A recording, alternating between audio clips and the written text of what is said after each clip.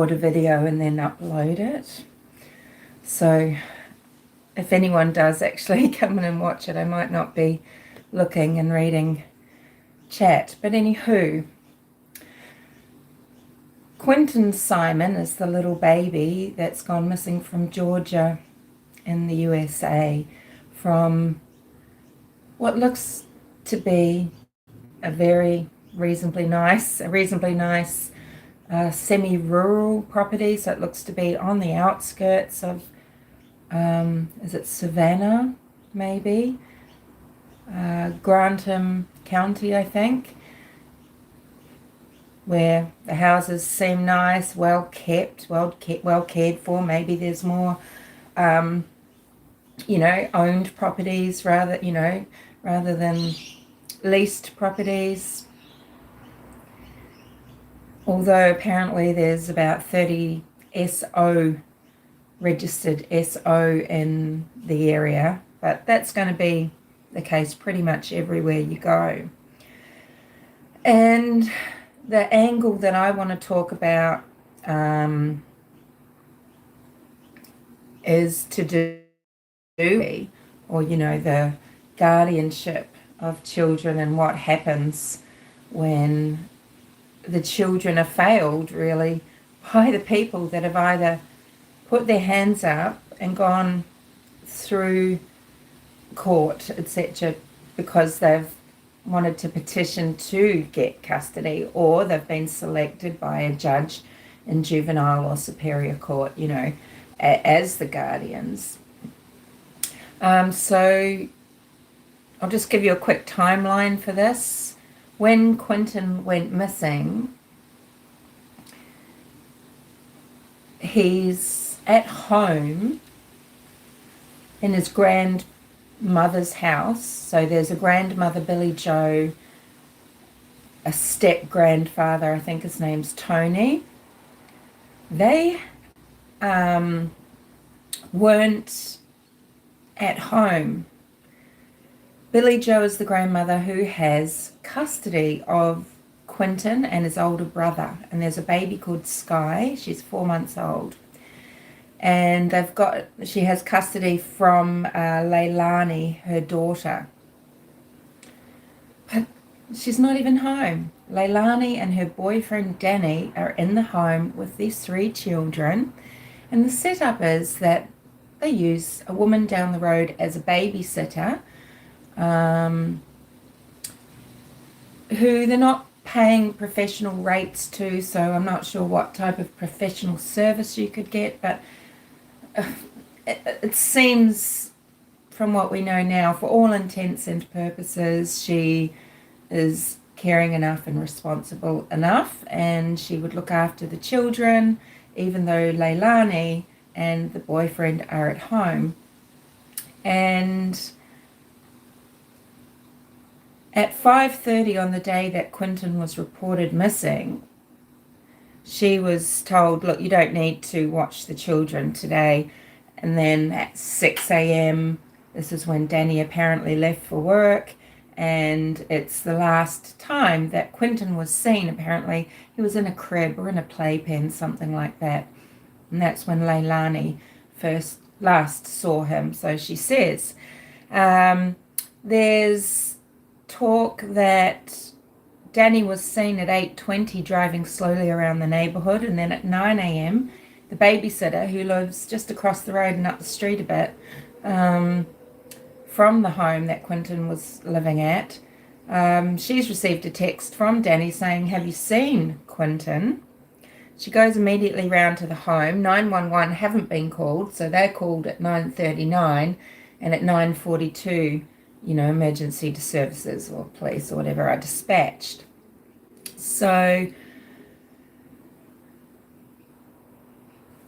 right now, the swimming pool in the backyard of the home is being drained, and there's talk that the windows are being blacked out. Probably someone like Brian Enton's going to have news of this, because he seems to be everywhere. But anyway, this is just a basic outline before I talk about what I want to talk about. So if they're blacking out the windows, are they testing for luminal?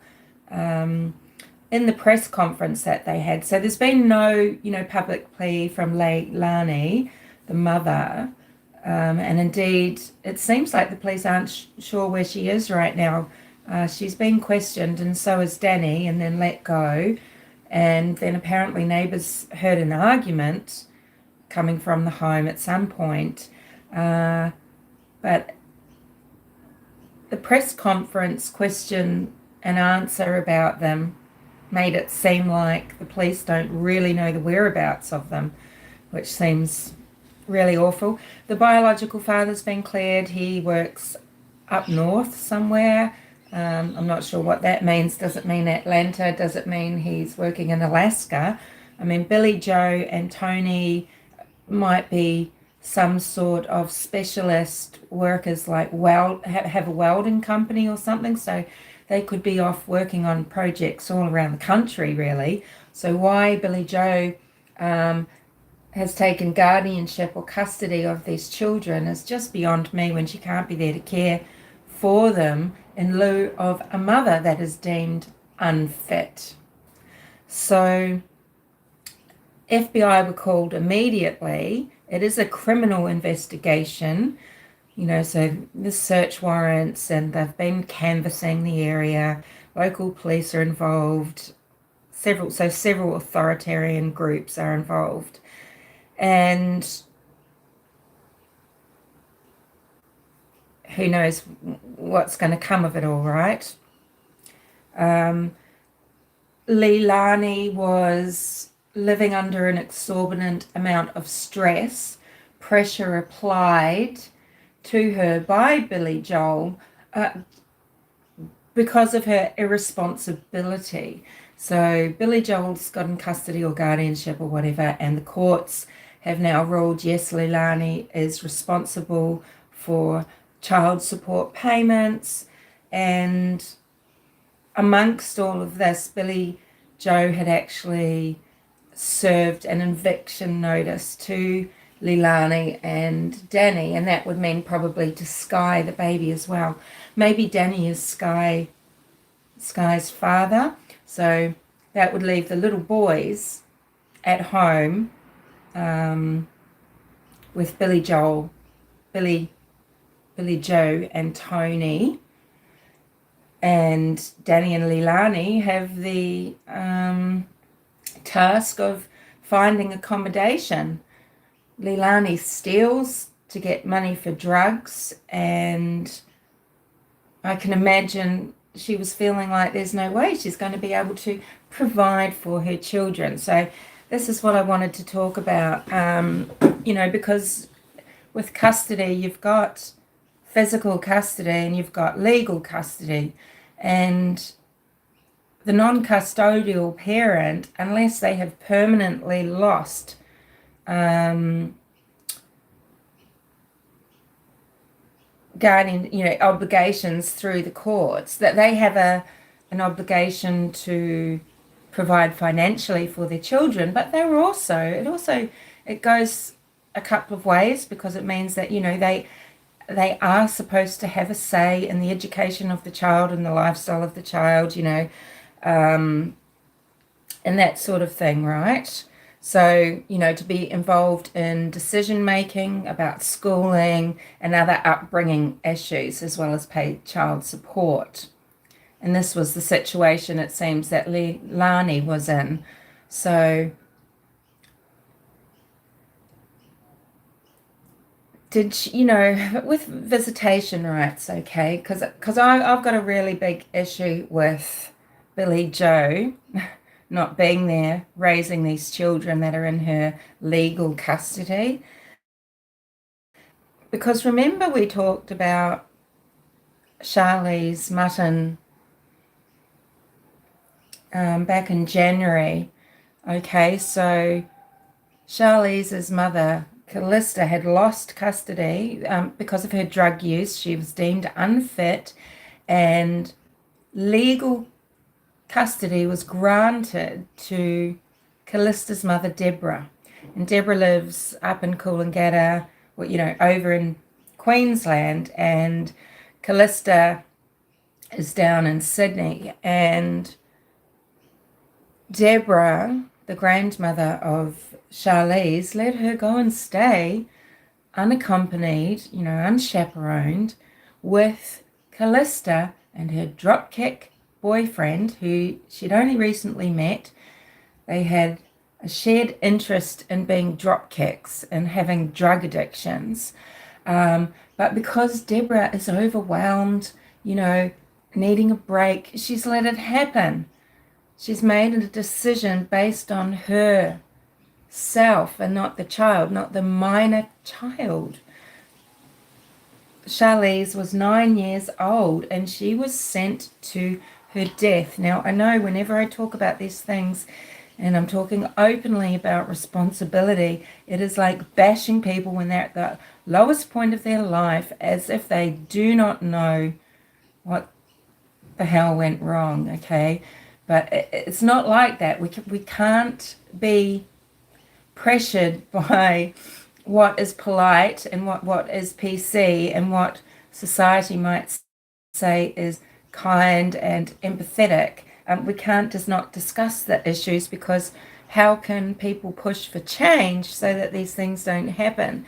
I want to know what legal ramifications there are for someone who's a legal guardian to send a minor child off to be with someone who's been ruled unfit by juvenile court, to have that child. Visitation rights are one thing, but, visitation will be limited because of things like drug and alcohol abuse, anger issues, neglect or inattention, abuse, mental or physical instability. How many of these things applied to Leilani? Probably all of them, every single one. And so in that instance, what would happen legally through superior or juvenile court is the visitation would be discussed and granted, and the judge would make a decision that visitation is limited, it's supervised. So how does someone who should be judged to only be fit for supervised visitation, because it's not saying, you have a legal right to see your children when they're in temporary custody, but you got to earn those rights in a way, and it just means that it's supervised. So Leilani clearly would meet all the benchmarks of a person that doesn't get unchaperoned, unsupervised visitation, okay? And yet there she is, and she's a young girl. She's a young, mixed-up girl.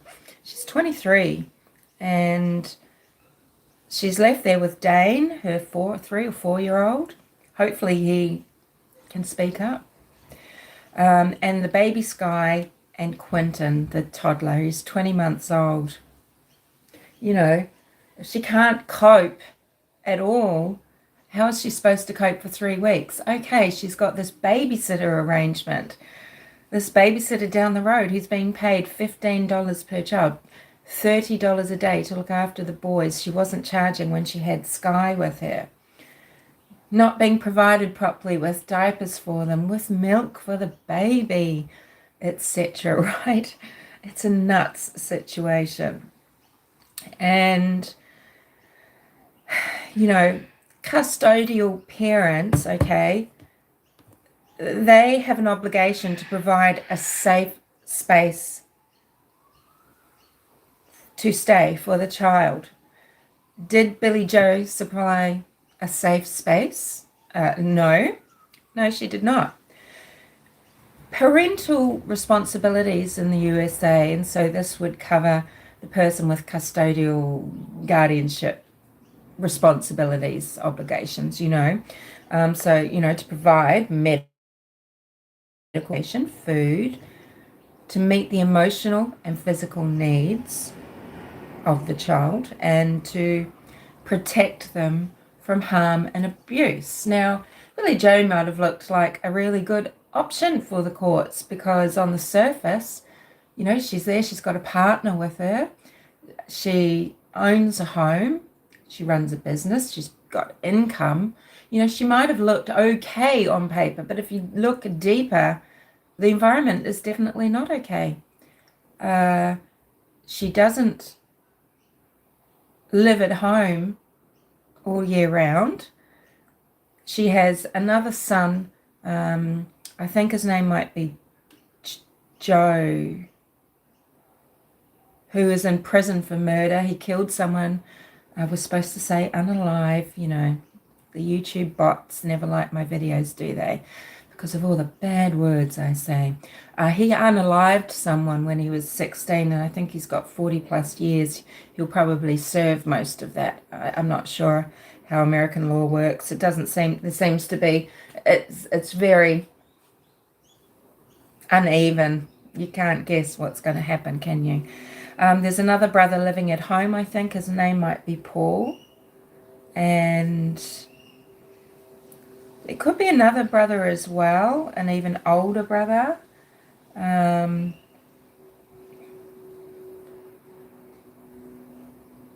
But, you know, something's gone wrong here with the upbringing of these children. I mean, look, for everybody, not everyone can do it perfectly, etc. But it is rare to raise a murderer or to raise someone who has possibly, allegedly, probably, maybe, you know, we don't know, but has, you know, unalived their toddler because they're not coping. You have to question the decision-making skills of everybody involved. The babysitter, she's a woman who's raised her own 6 children. She feels proud of that. You know, they're all adults apparently, and what sort of setup? Is this a very casual setup? Does she have certification for operating childcare? She's taking money for it. What sort of service is this? Is this... What is this? Because what obligations does she have? A duty of care as a mandatory reporter, because she's seen marks on these boys. She says bruises, belt marks. She's texted Joe. I keep wanting to say Billy Joel. I mean, I know you'll forgive me for that. I mean, it's a pretty understandable mistake. You know, she's texted Billy Joe, who had stopped responding to her, apparently. In the past, she said, yeah, look, I'll sort it out, I'll talk about it. This woman is providing childcare services, and she's not reporting what she thinks of as abuse. She's talking about seeing the children out on the front yard unattended. So I'm assuming that means the older boy, Dane, and Quinton. If that's the case, I mean, what's going on here? We shouldn't expect professional and fully responsible services from amateur caregivers. I don't care if she's raised in. The arrogance of people to think that, well, she clearly hasn't done the wrong thing, but she's excusing herself. She's come straight online to give her story, to have her say, to put her truth out, right? She should only be talking to the FBI. She shouldn't care what people think. Anyone in their right mind with a reasonable sense of discernment and understanding about life is going to look in at the situation and just trust in their gut that, you know, something has happened to this child that revolves around the parents, and the fact that responsible caregivers weren't in that home, and they're not going to question the babysitter, except, well, the babysitter is questionable because she has failed. It's like with Timothy Hazlitt Jr., who was seen when he would exit his home. he was seen just rolling out from underneath the roller door. He'd lift the garage, or lift the garage door. I don't know if it's sort of a roll style or just a fulcrum style or whatever, but he would raise the garage door a little bit and sort of shimmy out underneath. That's how he'd leave his home. So he wasn't going in and out a door like a normal person. So I can guarantee you, if I see a neighbour doing that, if that's how they're coming and going from their home, am I calling the police? Yes, I am. I am calling the police. Okay. Oh, he's nice. Oh, he's a lovely guy. Yeah, just comes in and out of his garage as if he's Mission Impossibling it, not suspicious at all. You would wonder, what's he doing? Is he growing hydroponic weed? Is he running an illegal animal breeding situation? Is he holding, what is it when it's called, stolen goods, when you're sort of dealing in stolen goods? Is he a fence or something? You'd wonder, wouldn't you? And wouldn't you want to know that your neighborhood is a bit more safe than that?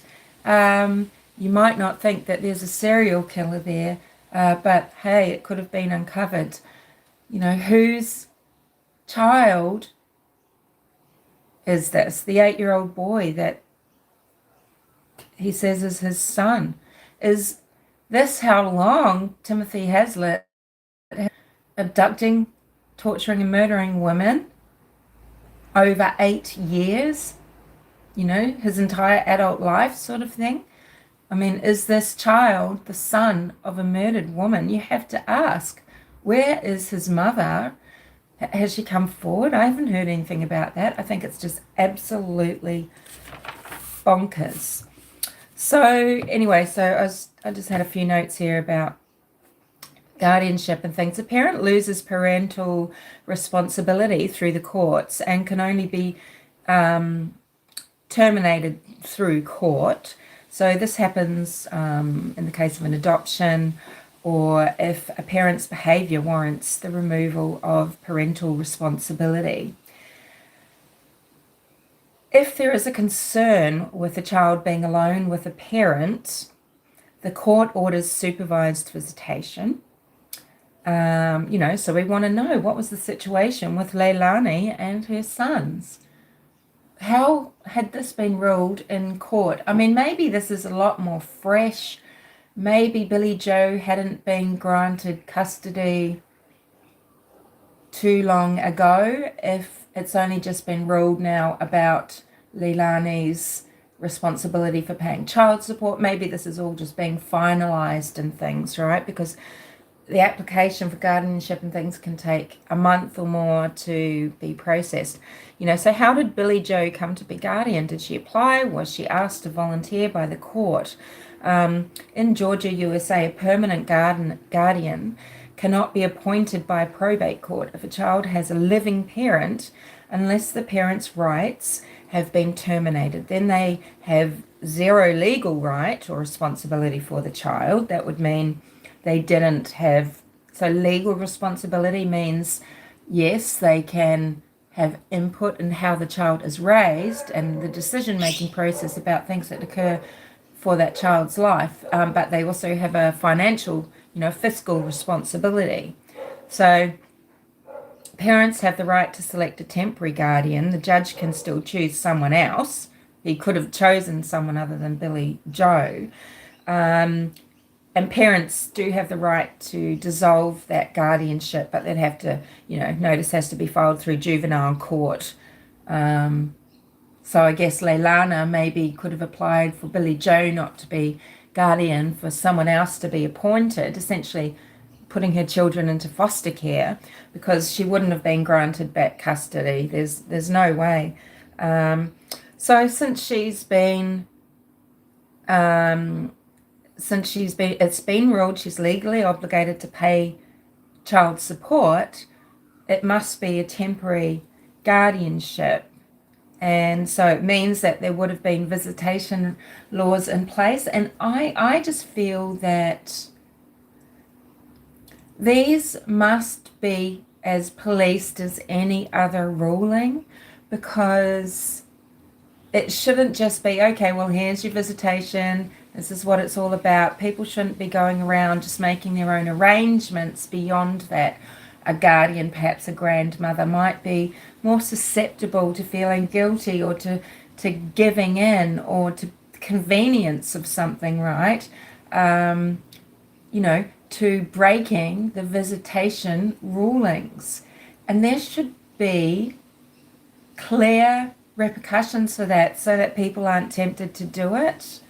That's just what I think, because maybe if Deborah Mutton knew that she could go to prison if she let Callista have a visitation with her daughter Charlize that was unsupervised and unwarranted by the court, maybe she wouldn't have let it happen, and maybe she would have negotiated something with support services and support networks in her area to get some sort of respite. So maybe something could have been arranged where Charlize went to a supervised holiday camp, summer camp, something, an activity for a week, where she was safe and supervised under people that had legal responsibility for her, and so that Deborah could get a much needed break. I've talked about this recently because I just gave these little recaps, because I wanted to bring up that Justin Stein, who allegedly killed Charlize Mutton, he had 2 counts of CP he's been charged with. Charlize, but it's so senseless. It's so senseless what's happening, right? Leilani and Dane never should have been the ones in charge of these little children, regardless of whether there's a babysitter or not. I don't think Billie Joe tried hard enough to find suitable care.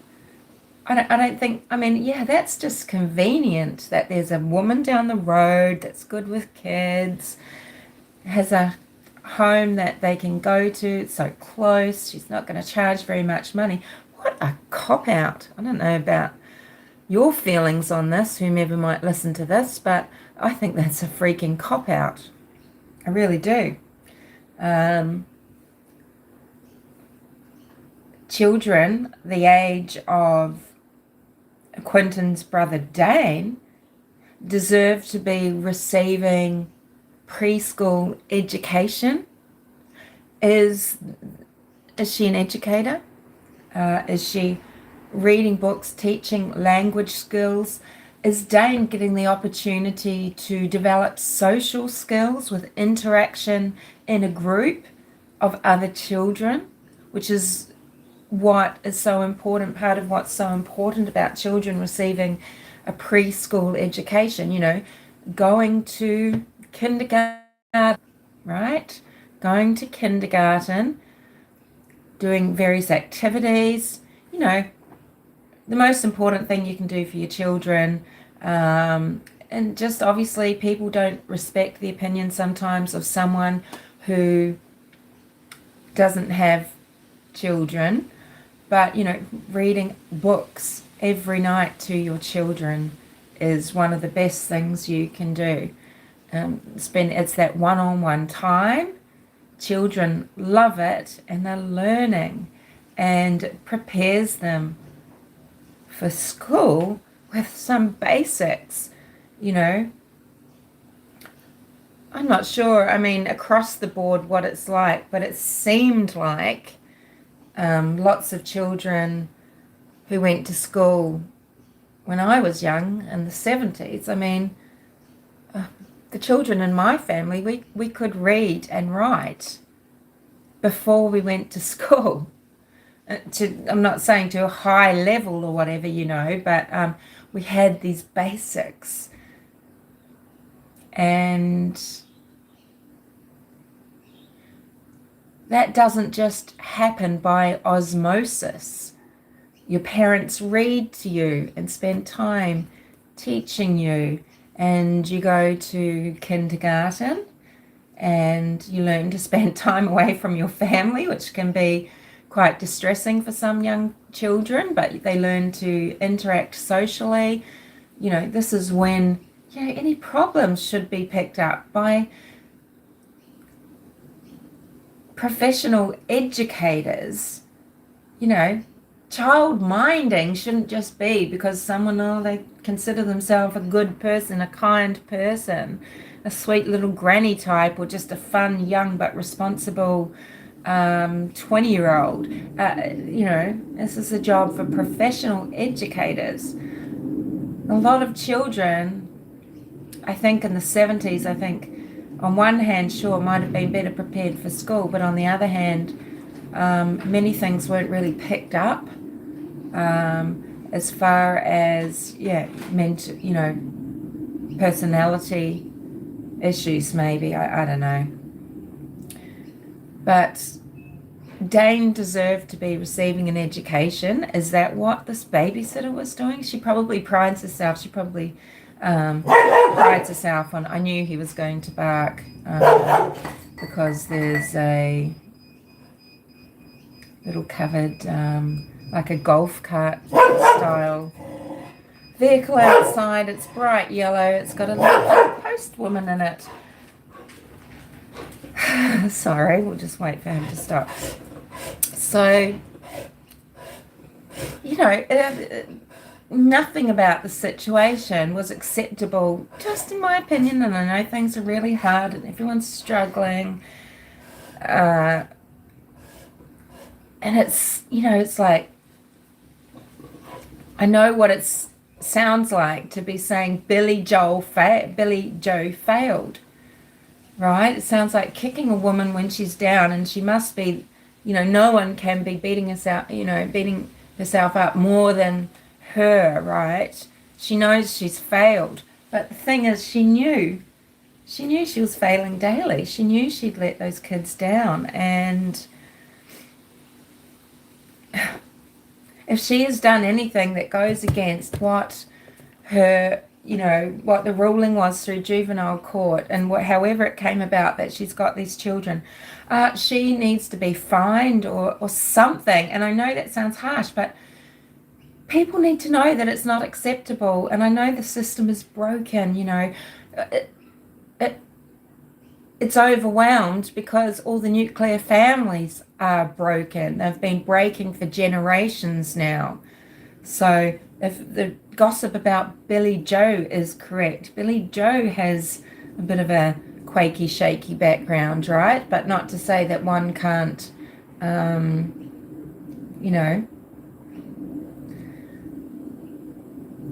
stop repeating mistakes. And I'm talking about, if she's got a criminal record, it doesn't mean that she's always going to be acting in that way. But anyway, what do you think? So we've got a young mother clearly not coping with life. She's got some issues she's not facing. She's a drug user, possibly drug addict. She's being enabled in a way by the mother. This comes back again to something. See, I don't agree that non-custodial parents should be living under the domestic roof.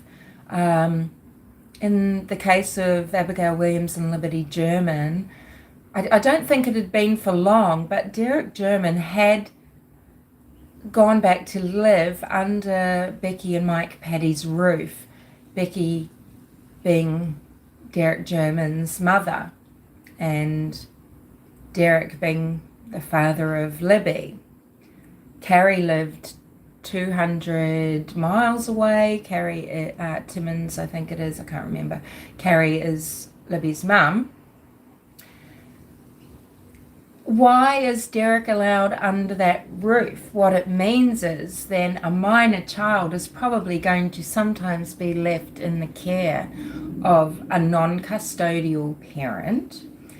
He was tasked with going to pick her up from the bridge. You all know the nasty gossip, probably coming from JM and KA, that, oh, you know, he didn't even get out of his car kind of thing. Him and Tara, his sister, were sitting there having intense conversations. But, you know, it means that sometimes, okay, well, if Mike and Becky were both working at times and Libby has come home from school, is he in charge if he's there? What, you know, it just shouldn't happen. And what Billie Joe could have probably have done, I would say she could have found the money, is maybe rented accommodation for the little family, for Leilani, Danny and Sky nearby. If she's feeling so unsafe for the children that she wants them close and wanted Sky to be there so she could watch her, I mean, I don't know. It's a fiddly situation, isn't it? Because she didn't have custody of the baby. Maybe custody for the boys had begun before the baby was born, you know. Anyway, you'd think that if a parent has lost custody, if they're having another child, CPS would be involved, that there should be some sort of social worker that's visiting. They would understand the situation. They would see that the custody, you know, the custodial person is not there in the home for 3 weeks. So many opportunities for this to not have happened, for the situation to not be possible, right? Duty of care, mandatory reporting, supervision, someone making sure that you know, from authorities, that this child is okay because it's been born to someone who has already lost custody of the children. People complain about having children taken away from them, but, you know, if they've had 4 children taken away and they think they can still just get pregnant, have a child and keep that child, they've got another thing coming. It's like, prove you can look after the ones you've got before you go ahead and have another baby, okay? And hi, Veritas. Just been rambling on here to myself for 38 minutes, having a little chat with myself about Quinton Simon and his situation, and just in general, all the gaps in how children are kept safe in our society when there's been a breakdown in the family that they're in. I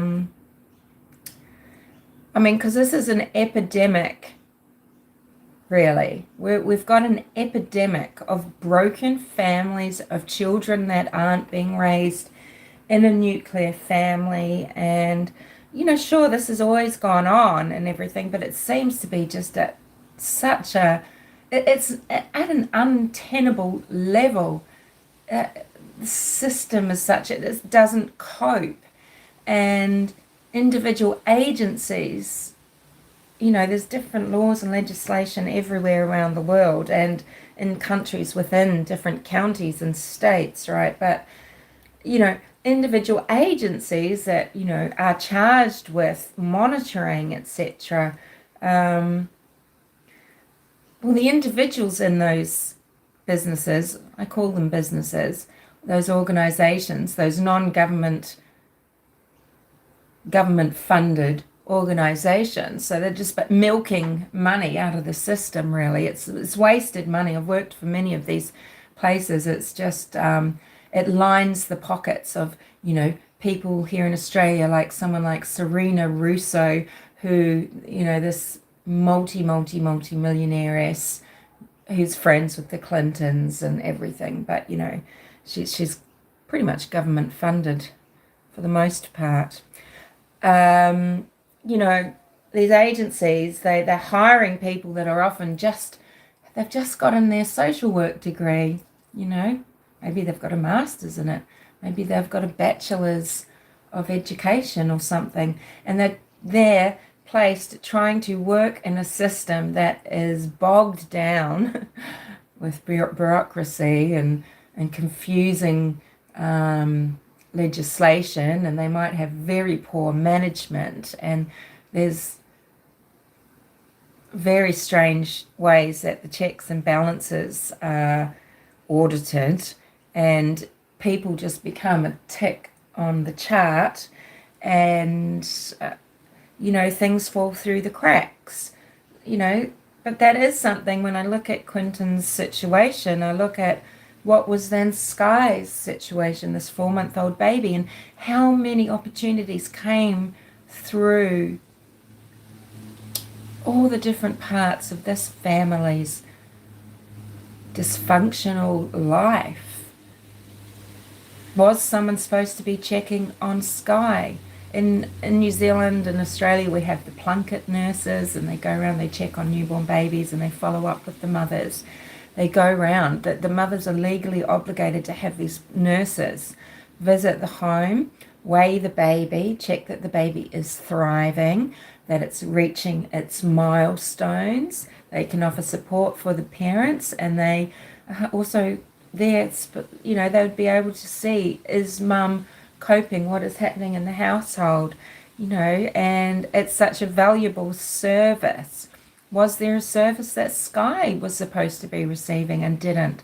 And did the person visiting her, it's like, okay, this is, God, all these cases, they all have these similar things, right? With the West boys, with Sincere and Classic, who got renamed Orrin and Orson West, and they were in the foster system, and then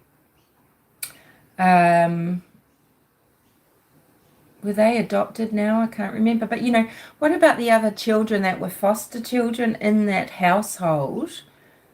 There are checks and balances that need to be done there, right? People are receiving a lot of money for caring for children in their home, raising them, supposedly providing them with what a parent is responsible for providing. We know the Wests weren't. Jacqueline and Trezell West, right? Do you think they were providing medical care, housing, education, food, meeting emotional and physical needs, and protecting these children from harm and abuse? No, but they've got a legal obligation to do so with children that are their own, and the fostered and adopted children that were in their home. And there should be more accountability. The people that are supposed to be checking, number one, shouldn't get fobbed off. It's too easy, isn't it, for people like Harmony Montgomery, for example, and these West boys just to slip through the cracks. If the obligations of the authorities were being followed through with the other West boys, the fostered children, well, it would have been noticed that Orrin and Orson just weren't around. It would have been noticed prior to that they didn't seem to be in excellent health at all. In fact, they looked haunted. They were losing weight. You look at them and you just see neglect. They would have known that these boys hadn't been seen for 1 year before they went missing. That is the last photo. It's the Thanksgiving photo, 2019, I believe. And that's the last time that there's any proof of life. So there are so many opportunities that have been absolutely just demolished, just like they're non-existent. And it's letting the most, these vulnerable children down. How can we say children are our future, children are the future, when we don't even care about them in the present to make sure that they are alive and well, that they are safe, and that they are going to be safe moving forward? If Billie Joe, in the minimum, made sure that proper professional childcare was being provided, at least for Dane, that he was going to a place where he's receiving his preschool education that he has a right to at his age, maybe someone trained and who is a mandatory reporter would have, been able to bring the family situation to the relevant authorities and not just be texting Billy Joe, right? How pathetic. You know, so many times things can be different. So now we've got the situation where this house is being sprayed for luminol and the pool's being drained because, you know, heaven forbid, but this child might be in there. We don't know the state of the pool. Do you think it's been kept clean? Who knows? So this poor child could be in there. He could have drowned. You know, it's neglect at the bare minimum, not just by Leilani, who, you know, has clearly neglected her children, but by Billy Joe. And it just seems cruel and harsh, but that is the bottom line. That's just what I see anyway. So, yeah, you think about all these cases. Think about Summer Wells. Okay, sure, she was going to Sunday school or Saturday school, Sabbath school, in Kingsport. So for reasons that we actually can't fathom, we don't really know Don and Candace's, well, Don's true motivations for going into the Seventh-day Adventist church in Kingsport. Maybe it was convenient to go in and then do shopping there. Maybe he likes going to church because he receives support through the church. Who knows what his main motivation was. We know if it's, you know, Don Wells' decision making, he does things based on himself and what he can gain. It wasn't for his children. I think the sons looked like they did get something out of it. It was probably the only sense of just a safe space and some kindness and doing activities. You know, but Summer Wells was going there. She was going to Saturday school. People could see. I mean, do they just think, oh, the poor and it's lifestyle and it's this? I mean, don't get insulted, please. Just forget about it. But, you know, this hillbilly thing or whatever, you know. There's all different types of people in the world and we're not all the same. We don't have the same values, okay? So, you know, we do really have to be open-minded to get on in society. But gee whiz, you know, couldn't they see? I mean, they saw her teeth, right? They saw her rotten teeth. They know the diet that she's on. They know she's not getting medical care. And Summer was 5. Okay, she's, I think, 6 years old is the age when they do need to go to school by, in America, primary school. But why wasn't she in preschool, you see? Because the family don't want people knowing their business. And that means to the extent of people not knowing how neglectful they are, how abusive that household was. Can you imagine how hellish would have been to be under that domestic roof with those monsters, with those disgusting, gross people? Candace, Candy, and Don, well, it's my opinion, they're disgusting people. They're gross. It can't have been very pleasant. Candace did nothing to try to make that place a home. Sure, Don Wells built an extension on that house to give them a bit more room. He never finished the steps out to the yard. Candace never fenced off a little bit of the area to put some chickens in. She never grew a vegetable. They treated it like a rubbish dump. It looked like dust to dawn out the back of Grandmother Candy's trailer. You know, it just drops away and there's just rubbish.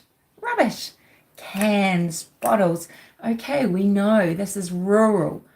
rural services are different. You've got to have your bins, you've got to arrange pickup. You could put it in the bin. And in Tennessee, do they have these buybacks like they do here in Australia, where people, they'll go on recycling days, collecting glass and plastic and aluminium cans from, people's recycling bins, But do they have it where you can collect them all and maybe go into Kingsport and get money for it? Couldn't they just collect them? They've got a truck and take them in, or just collect their rubbish into the, and to be able to take on one of their trips to Kingsport and take to a refuge site? No. Sorry, no, it's all right. We'll just chuck it over here. There's just shit everywhere. That was a gift to Don Wells, okay? His mum, now a lot of you probably know his family background there. It's quite bizarre, really, with his mother and the connections to the neighbours and everything. I'm sure many people thought that Don didn't deserve that place, but he got that place. He went there, cared for his sick mother. I mean, hey, this is a cruel thought, isn't it? To cast aspersions on his caregiving ability. What did his mother die of, sort of thing, right? But he obtained this property. It's an opportunity for his little family, his second chance family, for both him and Candace, actually, because they have had children taken away. Now, this might be reason on its own to not want authorities around. This will be why they're not taking food stamps and things like that, right? Because they want to be autonomous for a reason. So once you start applying for support and everything, well, there's, again, those checks and balances, right? So they want to go under the radar. But they had this property there. It's several acres. They could subdivide. They could, anything. I think they were selling off land maybe to make some cash. But, what an opportunity to create a really safe homestead. Because Don, he's always working, right? He's earning. But, these kids, the boys were lucky enough in some way, because they were at least getting out and going to school and being amongst other kids and having some sort of different environment for part of their life, and that probably was a reprieve. But I'd say, they were being brought up by Don and Candace. I mean, I know they're innocent children, but how innocent? I don't know. I'd say their innocence had definitely been pillaged by their upbringing since the time of their births. So we don't even know who Summer was safe with in that home, okay? Because all three adults are shady and irresponsible, and who knows how safe Summer was at all. And she's going off to Saturday school, to church. So wouldn't you think, well, this is the only sort of place of any sort of, not authority, but of where the duty of care might actually come in.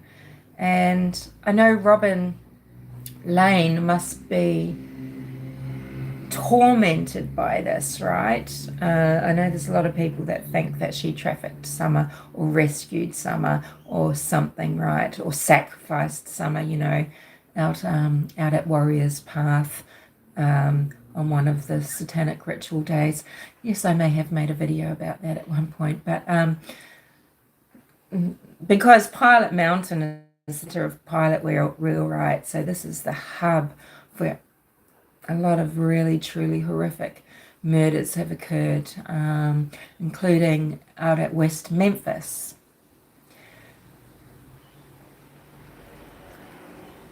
And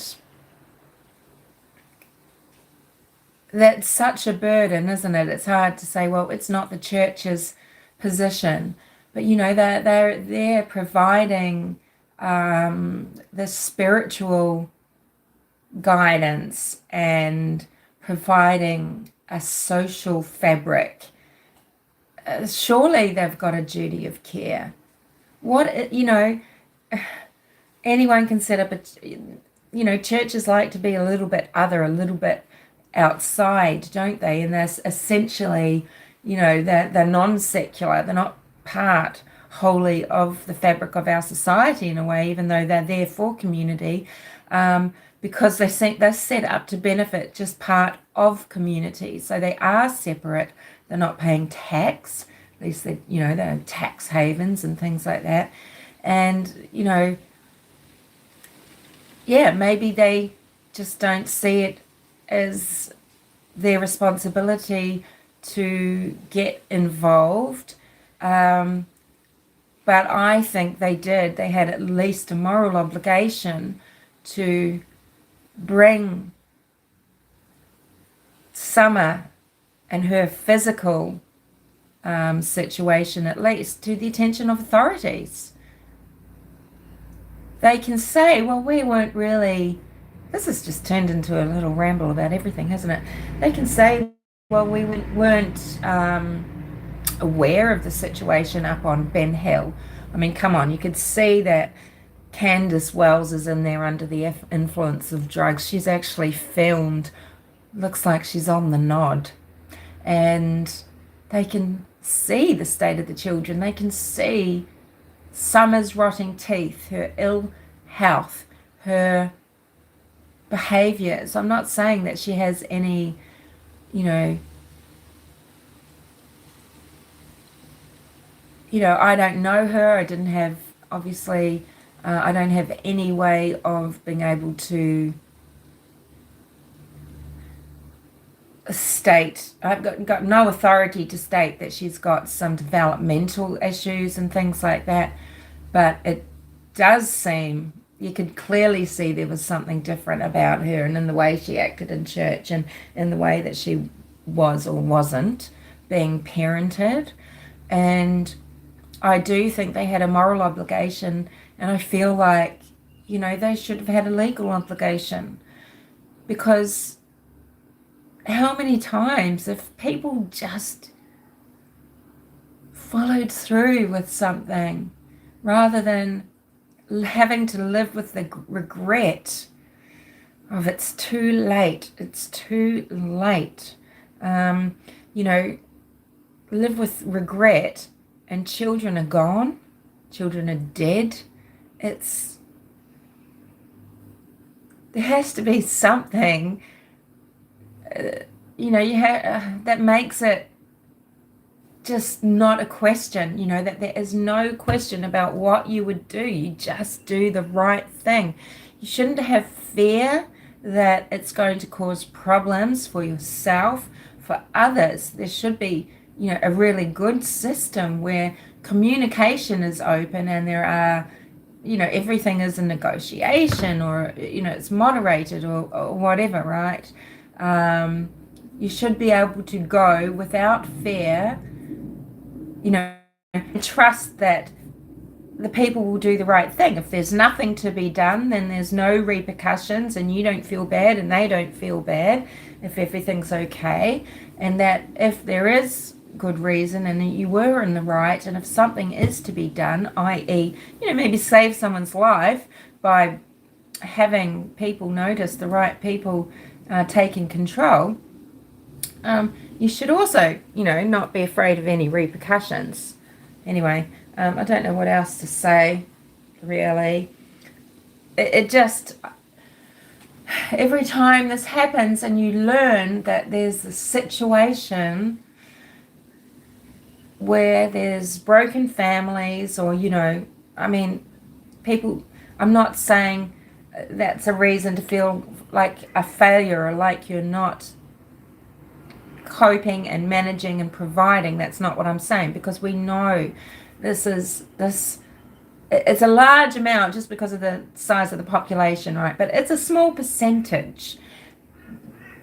But every time we hear, oh, the person that had guardianship and wasn't there, and the person who lost it was, I'm just shaking my damn head.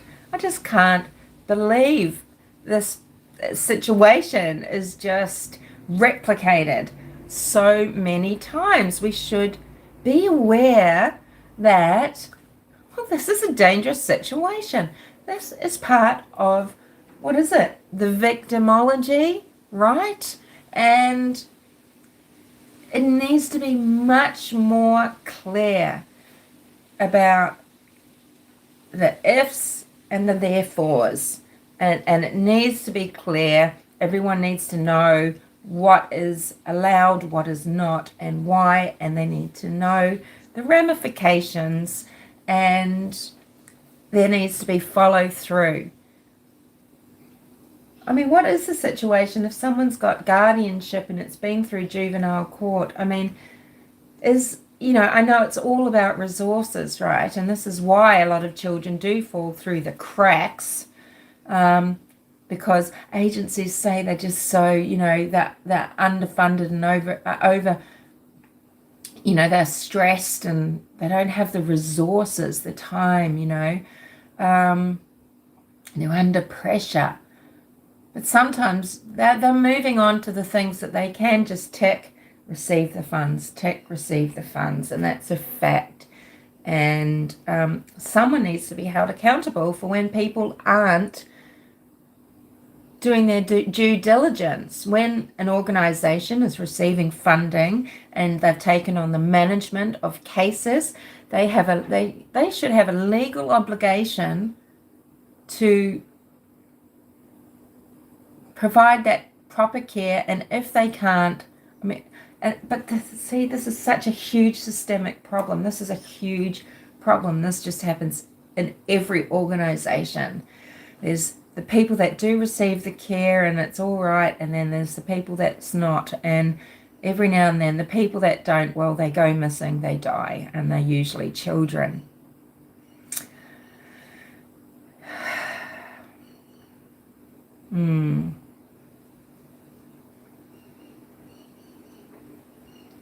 When these rulings are made, what documentation of decisions are there? What contracts are people signing? And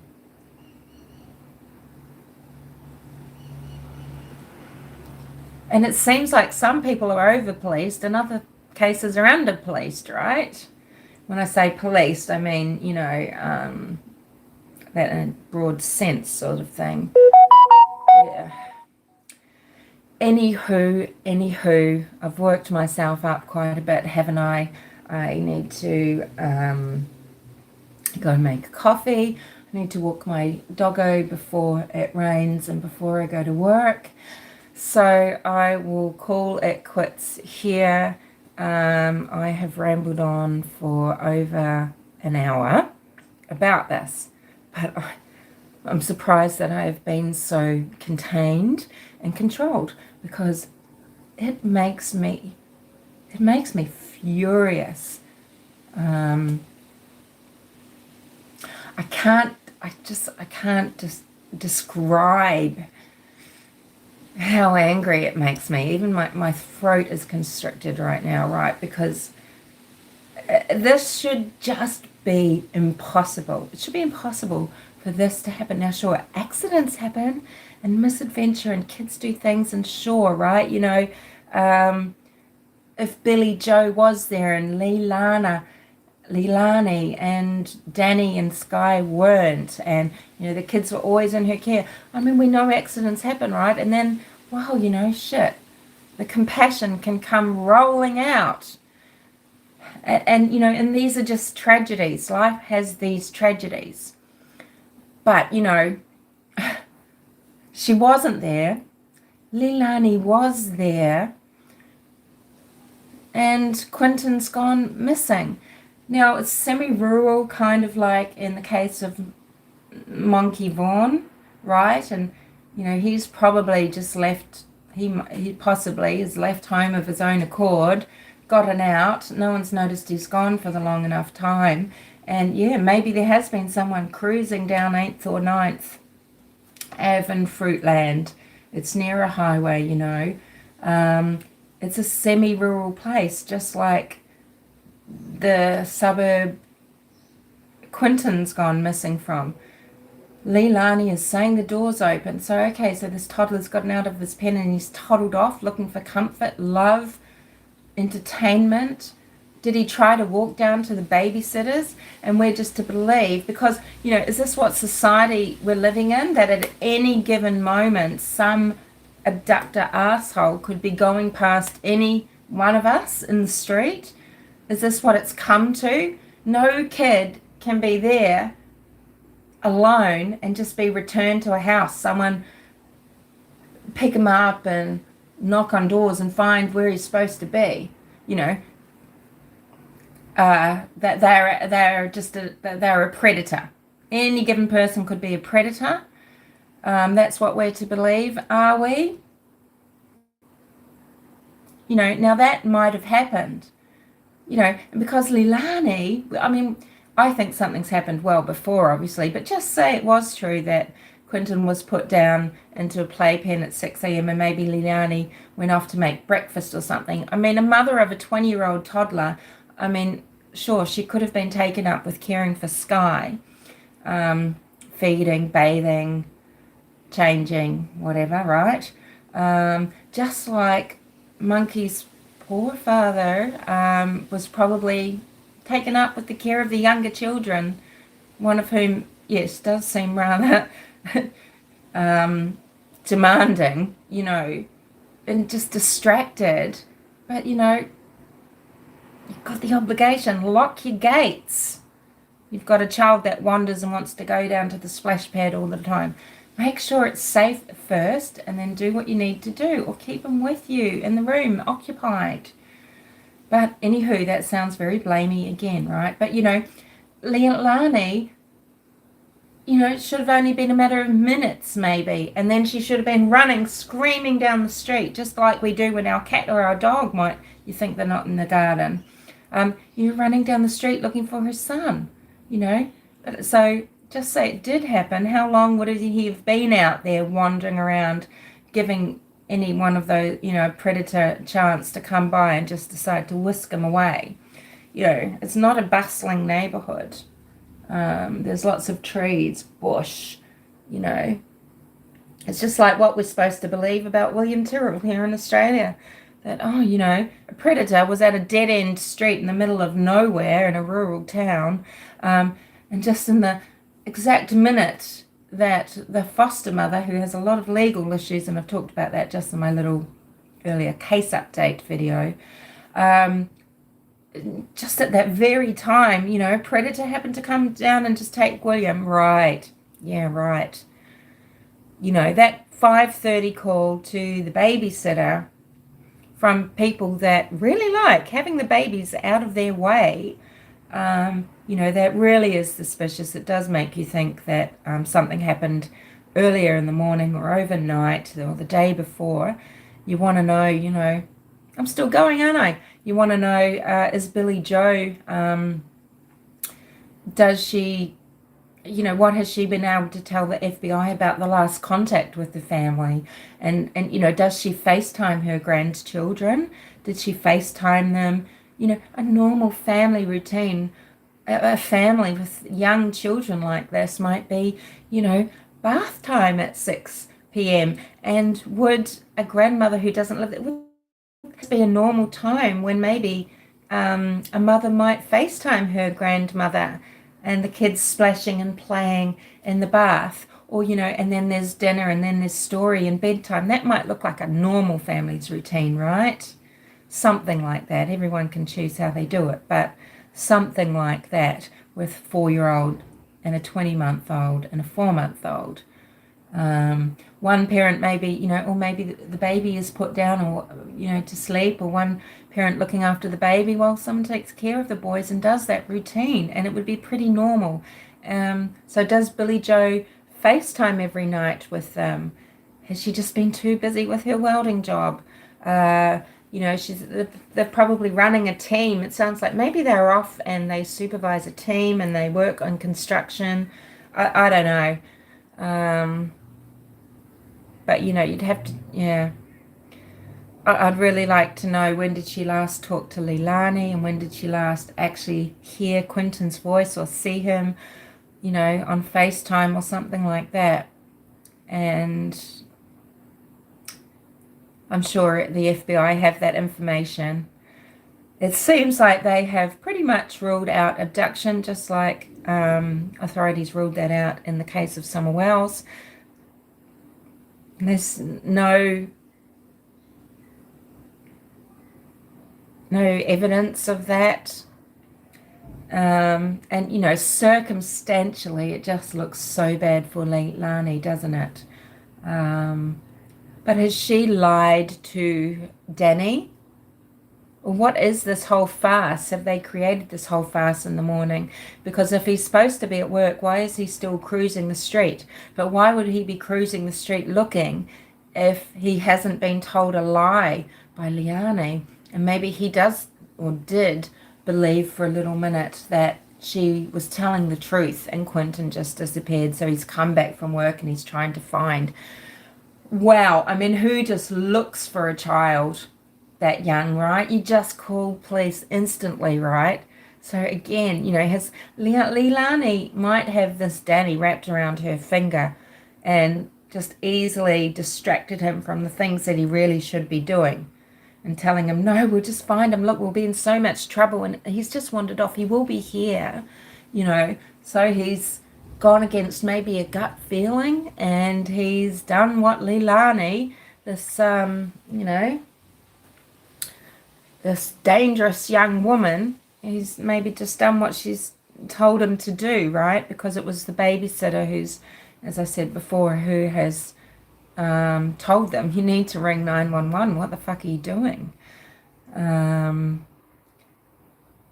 Yeah, that's another thing too. I mean,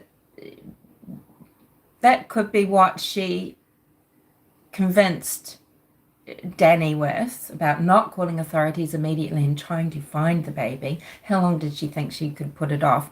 I guess she thought the farce was important, in the sense of him believing that the baby, something else happened to the baby other than her harming the baby, neglecting the baby, and allowing something to happen. But she's on probation. I forgot to mention that earlier. So she's on probation. Maybe she said to him, oh, no, don't, we can't. We just have to sort this out ourselves. I will be in so much trouble. I'll go to jail. I'm pretty sure that's where she's headed anyway. And this just means, this is going to mean these kids are going to go into care. I mean, I know Billie Joe has gone back there now, right? Because we've seen her interviewed outside her home. The home is nice looking. It's got a barn-like shaped structure at one end, which is 2-story, and then this longer ranch-style wing. And then in the back, it's a fenced garden, I think, with a pool. And, the front lawn is spacious. It's green. There's trees. It looks it's very nice, right? But, now we've got a baby, 4 months old. This child, I mean, is Danny going to be able, is he the father? And if so, is he going to have custody of Sky? Right? Is this child going to be without either parent, going to a foster system? Is this going to be a good, safe situation, or another one of the bad ones? These boys, what's going to happen to Dane? How traumatized is he going to be? And is he going to stay with grandma? Should he? I mean, ideally, right? Ideally, these children should stay with family. Maybe that's why the court thought Billie Joe was a good option. But now is he going to be somewhere, so separated from parents, siblings? I mean, what is the future for these kids? Shit. We've got to get it together. We've got to get it together. We've got dysfunctional people bringing up dysfunctional people who are failing their children. It's just fail. It's just getting worse. Anyway, now I've really had enough and said enough, haven't I? So I will fuck off ski. you guys have a lovely day. If you do have anything to say about this or to me about it, that's why my comment section is always open. So please put some comments there. You know, soon we'll be knowing more, I hope. I can't stand these unclosed cases as well. I just cannot stand when they're just unresolved, you know. Eventually, Jacqueline and Trezell were arrested in the case of Sincere and Classic. It's going to have some resolution. And we know Letitia Stout was arrested, right? And she's got her trial coming up on the 14th. So just in a few days. And we know, you know, Chris Watts is in Christopher Watts. Now just, that's so weird. Just forgotten his name, but yeah, Christopher Watts. We know he's in jail, but you know, there's too many that are just unresolved. And this had better not be. This had better not be one of them. Yeah. Okay. Cheerio. Bye.